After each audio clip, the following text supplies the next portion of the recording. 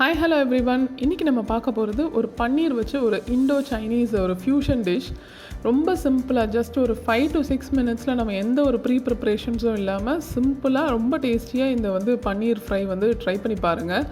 ரொம்ப டேஸ்டியாக இருந்தது. இது நான் அப்புறமா வெஜ் பிரியாணி எல்லாத்துக்கு கூட சர்வ் பண்ணுறதுக்கு ஒரு பர்ஃபெக்டான காம்பினேஷனாக இருந்தது. ஃபஸ்ட்டு ஒரு கடாய் வச்சுக்கலாம்.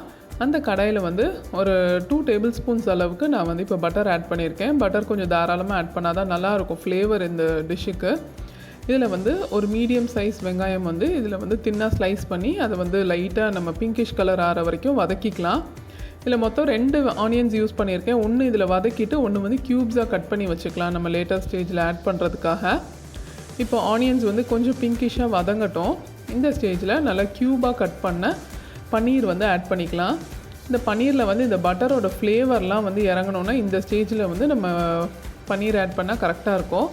ஸோ வெங்காயம் லைட்டாக பிங்கிஷ் கலரில் வதங்கினதுக்கப்புறமா நம்ம இந்த பன்னீர் க்யூப்ஸை ஆட் பண்ணிக்கலாம். இந்த மாதிரி ஒரு நான்ஸ்டிக்கில் பண்ணிங்கன்னா உங்களுக்கு கொஞ்சம் ஈஸியாக இருக்கும்.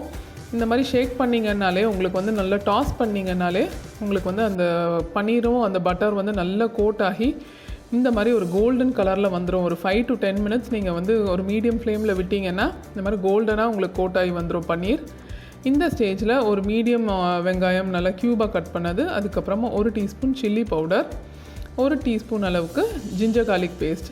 நம்ம ஜிஞ்சர் கார்லிக் பேஸ்ட்டை முதலே ஆட் பண்ணுறதை விட கொஞ்சம் இந்த மாதிரி பன்னீர் நல்லா ஃப்ரை பண்ணதுக்கப்புறமா நம்ம ஆட் பண்ணோன்னா அதோட ஃப்ளேவர் ரொம்ப அந்த பன்னீரில் நல்லா தெரிஞ்சுது. ஸோ அதனால தான் இந்த ஸ்டேஜில் நான் ஜிஞ்சர் கார்லிக் பேஸ்ட் ஆட் பண்ணிவிட்டு நல்லா ஃப்ரை பண்ணிக்கலாம். நல்லா ஈவனாக மிக்ஸ் பண்ணிக்கலாம். இதை இப்போது ஒரு டீஸ்பூன் அளவுக்கு கரம் மசாலா, ஹோம்மேட் கரம் மசாலா நான் இப்போ எடுத்து வச்சுருக்கேன். இதில் ஜஸ்ட் ஒரு டீஸ்பூன் அளவுக்கு ஆட் பண்ணிவிட்டு அதையும் நல்லா மிக்ஸ் பண்ணிக்கலாம். இந்த சில்லி பவுடர், கரம் மசாலா இதெல்லாம் உங்களுக்கு இந்தியன் டச் கொடுக்கும். இதில் சாஸ் வெரைட்டிஸ் எல்லாமே உங்களுக்கு ஒரு சைனீஸ் டச் இருக்கும். ஒரு க்ரீன் சில்லி இப்போ நல்லா ஸ்லிட் பண்ணி ஆட் பண்ணியிருக்கேன். அதையும் ஆட் பண்ணிவிட்டு மிக்ஸ் பண்ணிக்கலாம். இப்போது இதுக்கு தேவையான அளவுக்கு சால்ட் ஆட் பண்ணிக்கலாம். சால்ட்டும் ஆட் பண்ணிவிட்டு நல்லா மிக்ஸ் பண்ணி விட்டுறலாம். நீங்கள் இந்த மாதிரி கரண்டி வச்சு மிக்ஸ் பண்ணுறதுக்கு பதிலாக நம்ம அப்படி டாஸ் பண்ணோன்னா கூட ஈவனாக மிக்ஸ் ஆகிடும்.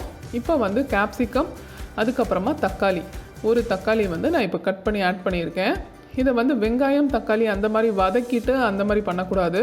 இந்த மாதிரி கடைசி ஸ்டேஜில் இந்த மாதிரி தக்காளி, அதுக்கப்புறம் கேப்சிகம் இதெல்லாம் ஆட் பண்ணிங்கன்னா அந்த க்ரன்ச்சினஸ் அப்படியே இருக்கும் உங்களுக்கு டிஷ்ஷில். இப்போ ஒரு 1/4 டீஸ்பூன் அளவுக்கு கஸ்தூரி மேத்தி, இது நல்லா க்ரஷ் பண்ணி கையிலே ஆட் பண்ணிக்கலாம். ஜஸ்ட் ஒரு 1/4 டீஸ்பூன் போதும். இதுக்கப்புறம் 1 டேபிள் ஸ்பூன் அளவுக்கு டொமேட்டோ கெச்சப் ஆட் பண்ணியிருக்கேன். அதையும் ஆட் பண்ணி நல்லா மிக்ஸ் பண்ணிக்கலாம். நல்லா ஈவனாக மிக்ஸ் ஆகிற அளவுக்கு எல்லாத்தையும் ஈவனாக மிக்ஸ் பண்ணிக்கலாம். இது மிக்ஸ் ஆகிற டைமில் நம்ம 1 டீஸ்பூன் அளவுக்கு சில்லி பேஸ்ட் இதையும் ஆட் பண்ணி நல்லா மிக்ஸ் பண்ணிக்கலாம். இந்த சில்லி பேஸ்ட் அப்புறமா டொமேட்டோ கெச்சப் இதோட ஃப்ளேவர்ஸ் உங்களுக்கு பிடிக்கும்னா இன்னும் கொஞ்சம் கூட நீங்கள் இன்க்ரீஸ் பண்ணிக்கலாம். இந்த இண்டோ சைனீஸ் ஃப்யூஷன் டிஷ்ஷை கண்டிப்பாக ட்ரை பண்ணி பாருங்கள். உங்கள் எல்லாருக்கும் ரொம்ப பிடிக்கும்னு நினைக்கிறேன். ஃபைனலாக நம்ம கொத்தமல்லி தூவிட்டு இந்த டிஷ்ஷை நம்ம ஃபினிஷ் பண்ணிக்கலாம். தூவிட்டு லைட்டாக மிக்ஸ் பண்ணி விட்டுட்டு நம்ம சர்வ் பண்ணோன்னா நான், ரோட்டீஸ், அதுக்கப்புறம் பிரியாணிஸ், ஃப்ரைட் ரைஸ் இது கூடலாம் ரொம்ப ஒரு பர்ஃபெக்டான ஒரு டிஃப்ரெண்ட்டான டேஸ்ட்டில் இருந்தது. நம்ம யூஸ்வலாக பண்ணுற பன்னீரை விட ரொம்ப டிஃப்ரெண்ட்டான டேஸ்ட்டில் இருந்தது. Please like, share and subscribe to my video. Thank you.